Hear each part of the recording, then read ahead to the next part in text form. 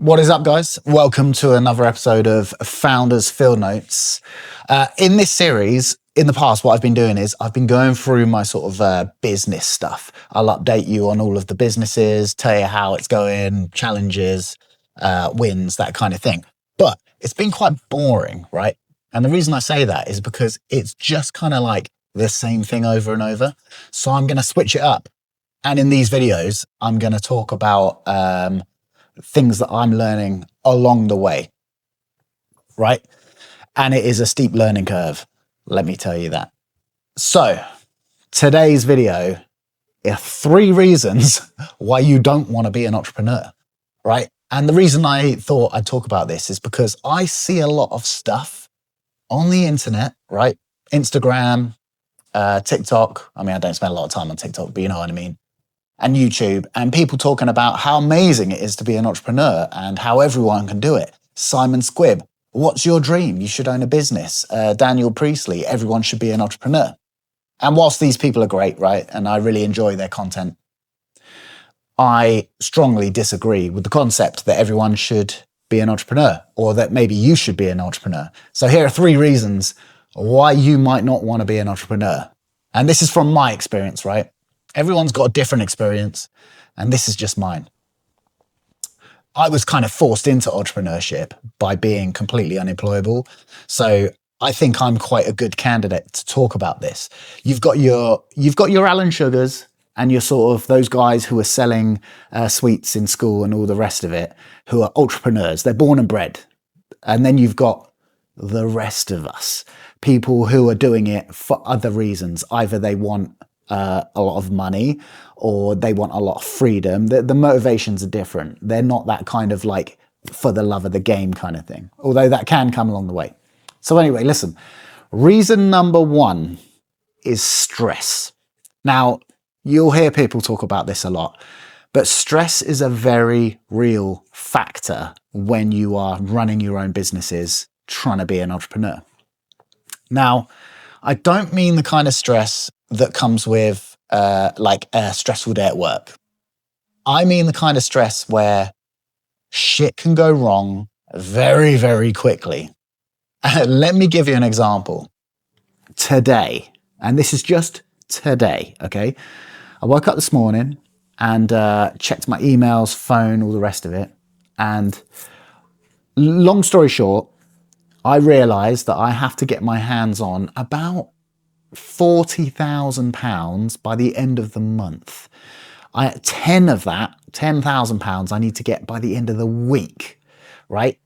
Now, for me, I've been in very stressful situations before, and what I've learned is how to stay pretty calm under pressure. However, that doesn't mean that I don't get severely stressed. Lots of sleepless nights, lots of wondering if it's going to be okay. The stress is real, man. It's going to make you unhealthy, right? It's going to stop you from sleeping. It's going to ruin your mood.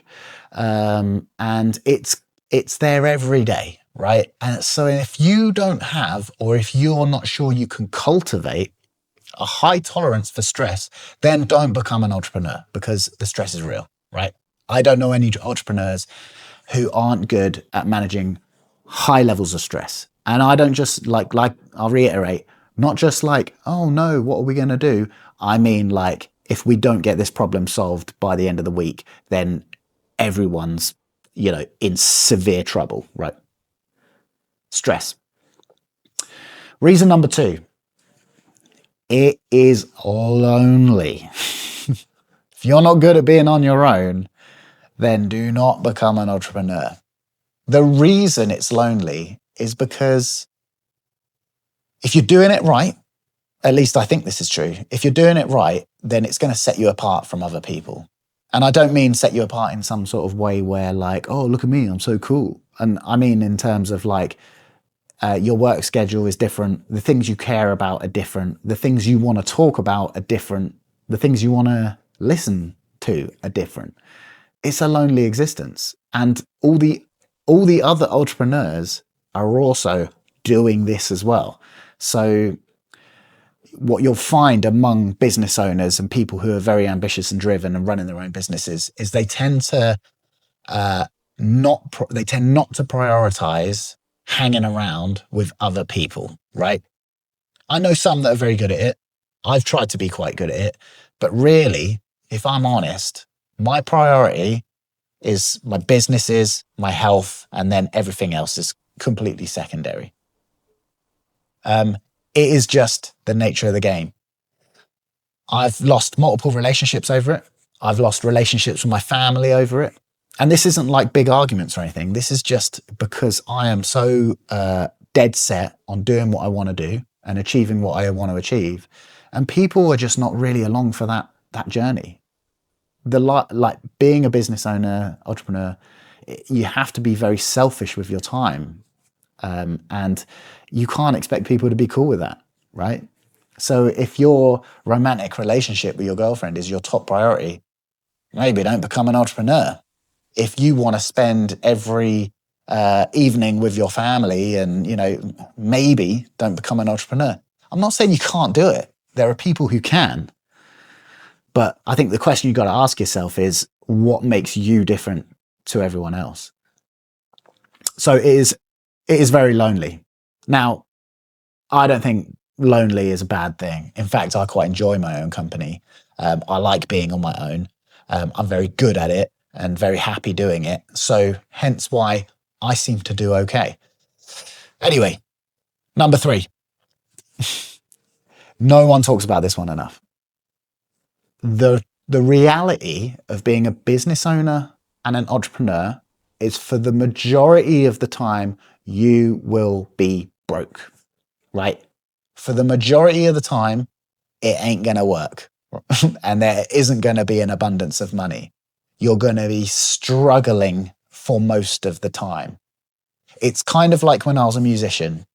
Most of the time when you're a musician, for most musicians, you are struggling. You are barely getting by. You're living hand to mouth. There's hardly anyone at your gigs. No one buys your records. And it's just a really hard life. And then there's like the little moment, if you're lucky, where it takes off and everything starts happening. People start buying your records, people start coming to your shows, people start wanting their picture with you, your autograph, and then you're on tour buses and you're touring the world and that, but it's a brief, even if you're lucky, it's a brief time. So you can't hedge your bets on it. The reality is most of the time you're broke.